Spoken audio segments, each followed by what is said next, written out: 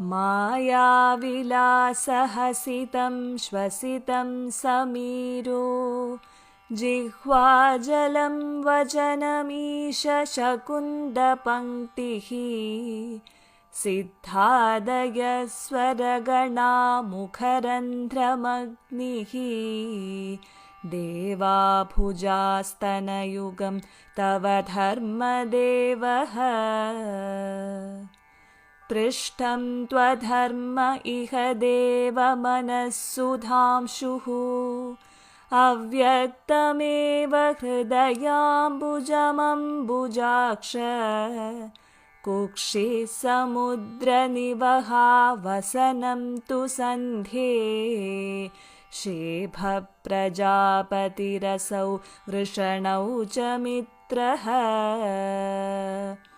श्रोणिस्थलं मृगगणापदयोर्नखास्ते हस्त्युष्ट्रसैन्धवमुखा गमनं तु कालः विप्रादिवर्णभवनं वदनाब्जबाहु चारूरुयुग्मचरणं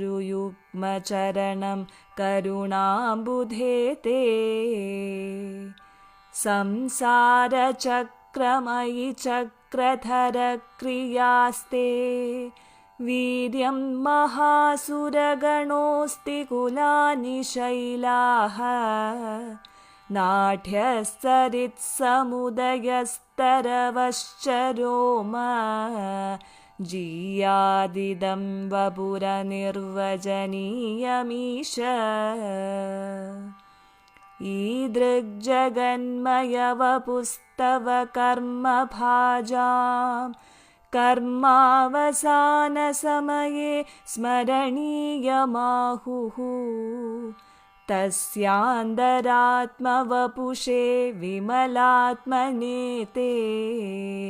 वातालयाधिप नमोऽस्तु निरुन्धिरोगान्।